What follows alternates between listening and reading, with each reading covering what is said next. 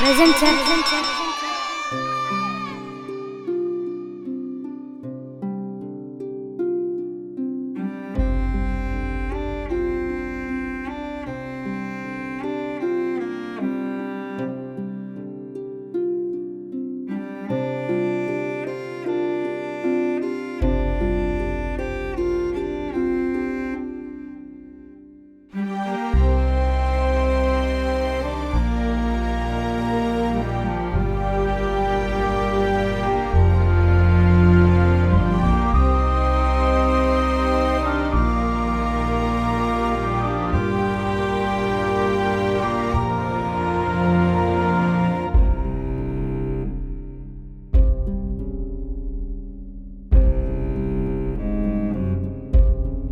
ಸರ್ಕಾರಿ ಶಾಲೆಗಳಲ್ಲಿ ವಿದ್ಯಾರ್ಥಿಗಳ ಕೊರತೆ ಇದೆ. ಈ ನೆಪವೊಡ್ಡಿ ರಾಜ್ಯ ಸರ್ಕಾರ 2,000 ಪ್ರಾಥಮಿಕ ಶಾಲೆಗಳನ್ನು ಮುಚ್ಚುವ ಏಕಪಕ್ಷೀಯ ತೀರ್ಮಾನ ಕೈಗೊಂಡಿದೆ.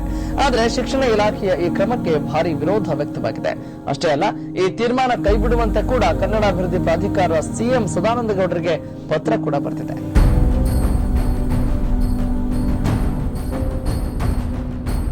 ಬಡವರು, ಗಡಿನಾಡ ಮಕ್ಕಳು ಹಾಗೂ ಹೆಣ್ಣು ಮಕ್ಕಳು ಶಿಕ್ಷಣದಿಂದ ವಂಚಿತರಾಗ್ತಾರೆ.